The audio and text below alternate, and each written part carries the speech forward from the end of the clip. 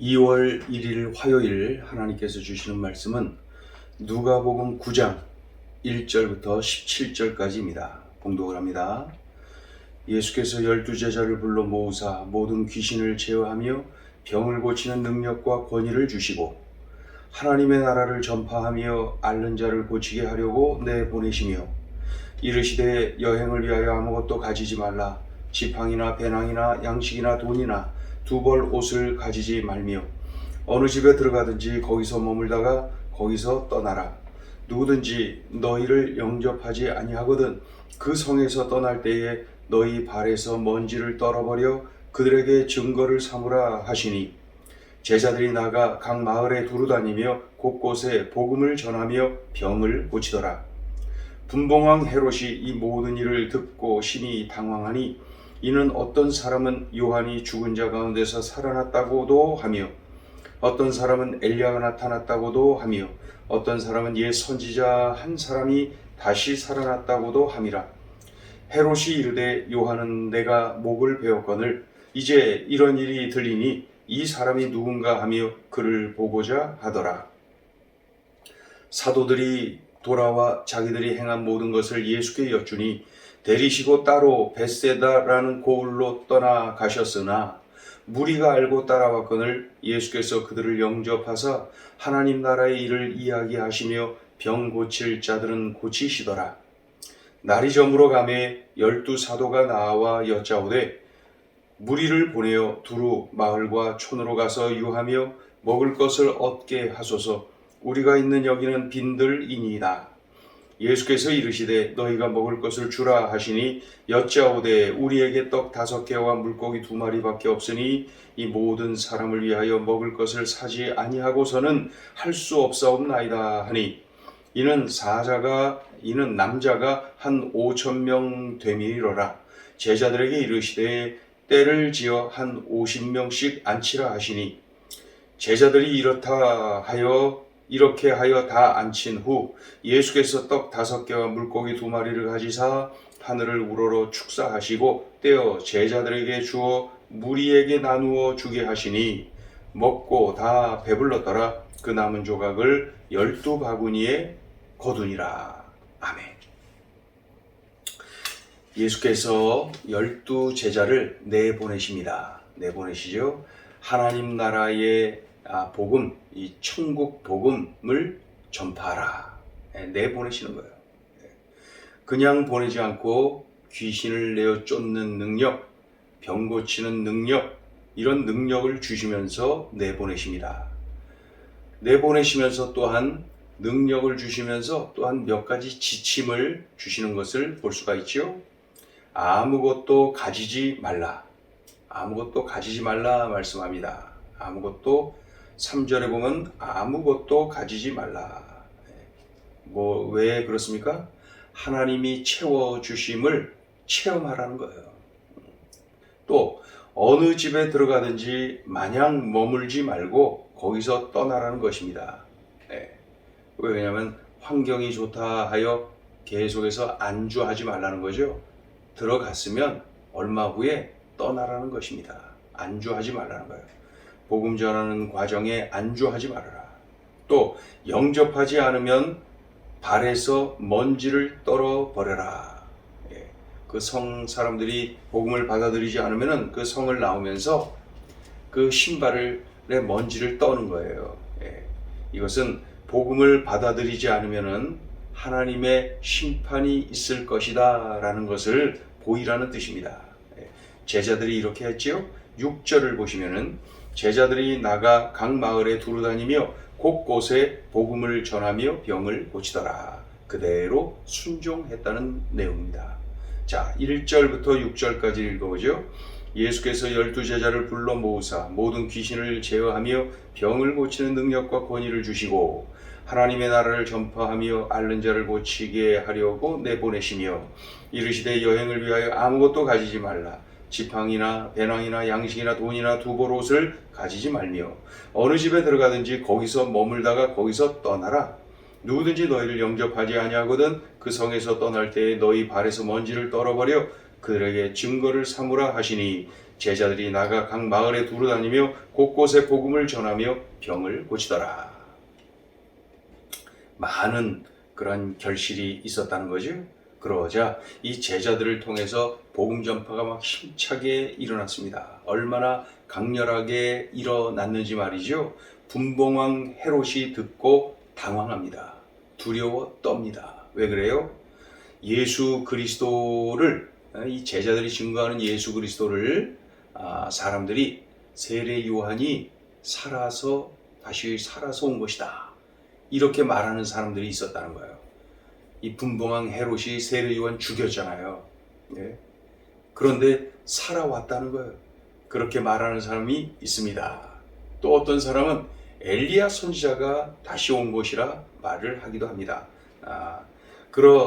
그러자 또 다른 사람들은 아무튼 선지자 중에 한 사람이라고들 합니다. 이런저런 이야기들 하죠. 헤롯 왕이 당황스러워하고 무서워하고 두려워 떱니다. 자, 7절부터 9절까지입니다.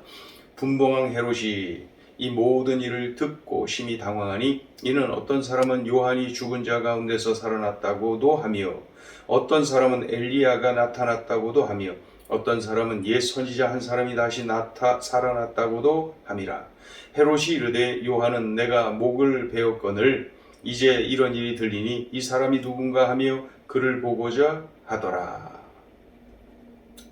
예수님이 제자들을 데리고 벳세다로 가십니다. 그런데 많은 사람들이 따라오는 거예요. 예수님을 따라옵니다. 그러자 예수님이 그들에게 천국 복음을 전하시고 또 그들 중에 병든 자를 고쳐주십니다. 그런데 날이 저물어 갈 때에 먹을 것이 없잖아요. 그러니 어찌합니까? 이 현장, 이 벳세다 빈들에서 아주 유명한 그 오병이어 기적이 일어납니다. 보리떡 5개와 물고기 2마리로 남자들만 5,000명, 그러니까 여자들, 노인들, 아이들까지 합한다면 2만 명 되지 않겠어요? 그 많은 사람들이 실컷 배불리 먹고 12바구니에 담았다. 남은 것을 12바구니에 담았다. 그러니 얼마나 풍성하게 누렸는지를 알 수가 있지요. 배불리 먹고 12바구니의 그 분량이 남았다. 우리 12절부터 읽어보죠. 12절부터 17절까지. 날이 저물어 가매 12사도가 나와 여짜오되 무리를 보내어 두루 마을과 촌으로 가서 유하며 먹을 것을 얻게 하소서. 우리가 있는 여기는 빈들이니이다.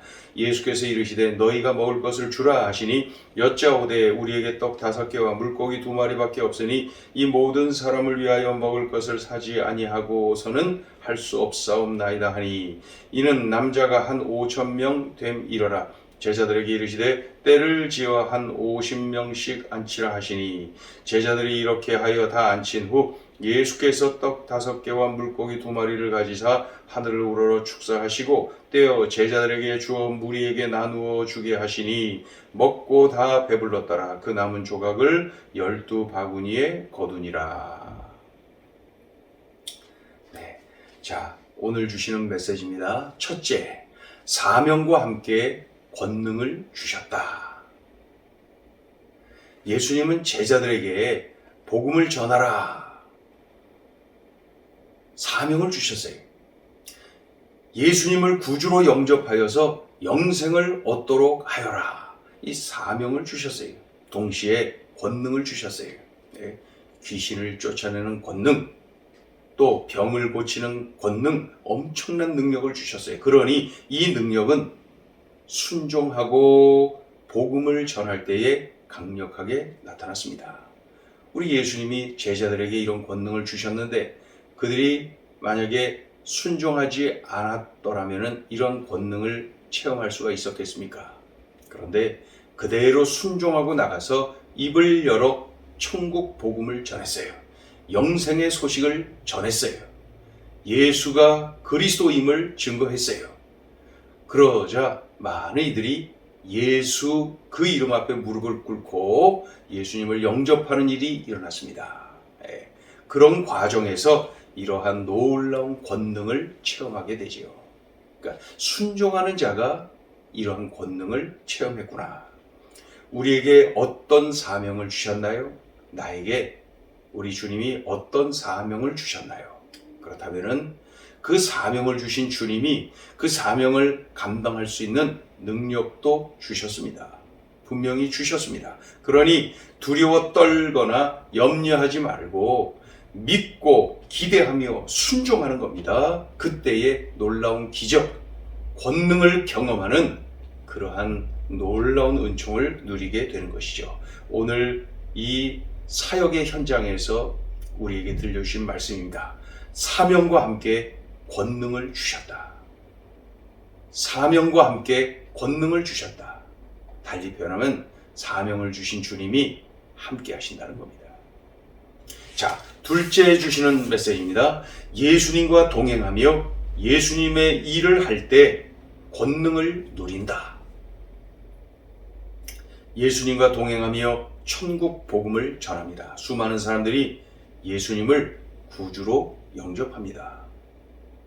동시에 세례 요한을 죽인 분봉왕 헤롯은 당황해하고 두려워 떱니다. 그러니 복음을 전할 때 세상이 진동하는 거예요. 복음을 전할 때 세상을 뒤흔드는 성령의 권능을 누리게 되는 것이죠. 복음을 전할 때 말이죠. 그래서 복음 전파의 현장에서 놀라운 기적이 많이 일어나는 거예요. 복음 전하는 그 선교 현장, 그 전도 현장에 놀라운 기적이 많이 일어나는 이유가 바로 여기 있는 것이죠. 우리가 순종하고 복음을 전할 때 세상을 뒤흔드는, 세상을 진동하는 성령의 권능을 경험하게 됩니다. 왜 그래요? 예수님과 동행하며 예수님의 일을 할 때 권능을 누리도록 권능을 주셨거든요. 예수님과 동행하며 예수님의 일을 하는 현장에서 오병이어 기적이 일어나는 것을 볼 수가 있죠. 제자들이 성령의 권능을 마음껏 누리고 있습니다. 우리 가정 복음화가 아직 되지 않았나요? 우리 가정에 복음을 받아들여야 될 식구들이 있나요? 그렇다면 성령의 권능을 기대하고 입을 여세요. 손을 내밀어요. 두려움이, 염려가 감사요, 간증으로 바뀌는 것입니다. 왜 그래요? 예수님과 동행하며 예수님의 일을 할 때 권능을 누리도록 주신 것입니다. 권능을 이미 주셨습니다. 그래서 예수님과 동행하며 주의 일을 할 때 권능을 누린다. 이런 권능은 순종하고 이 일을 할 때 경험하게 되는 것이죠. 오늘 이 주님의 일이 일어나는 현장에서 이런 권능이 마구 일어나는 것, 이 말씀이 응하여지는 것을 분명히 볼 수가 있습니다. 그래서 여러 가지 나에게 주신 사명이 있다면, 특별히 생명 살리는 일, 복음을 전하는 일, 우리 가정에 우리 가족 한 사람 한 사람을 살리는 일, 그러한 일을 위해서 특별히 입을 열고 손을 내밀 때에 그 성령의 권능이 함께하는 것을 경험하게 되는 것입니다. 꼭 기억하세요. 여러 상황이 있지만은 그 모든 상황 중에서도 복음 전파하는 현장에서, 그죠?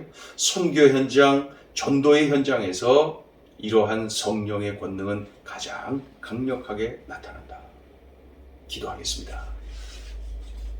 하나님 아버지, 우리 예수님 말씀을 붙잡고 순종하기 위하여 두루두루 다니며 복음을 전하는 그 제자들, 그들을 통하여서 엄청난 기적들이 일어나는 것을 보게 됩니다. 주님, 그 사명을 주시더니 권능도 주셨습니다.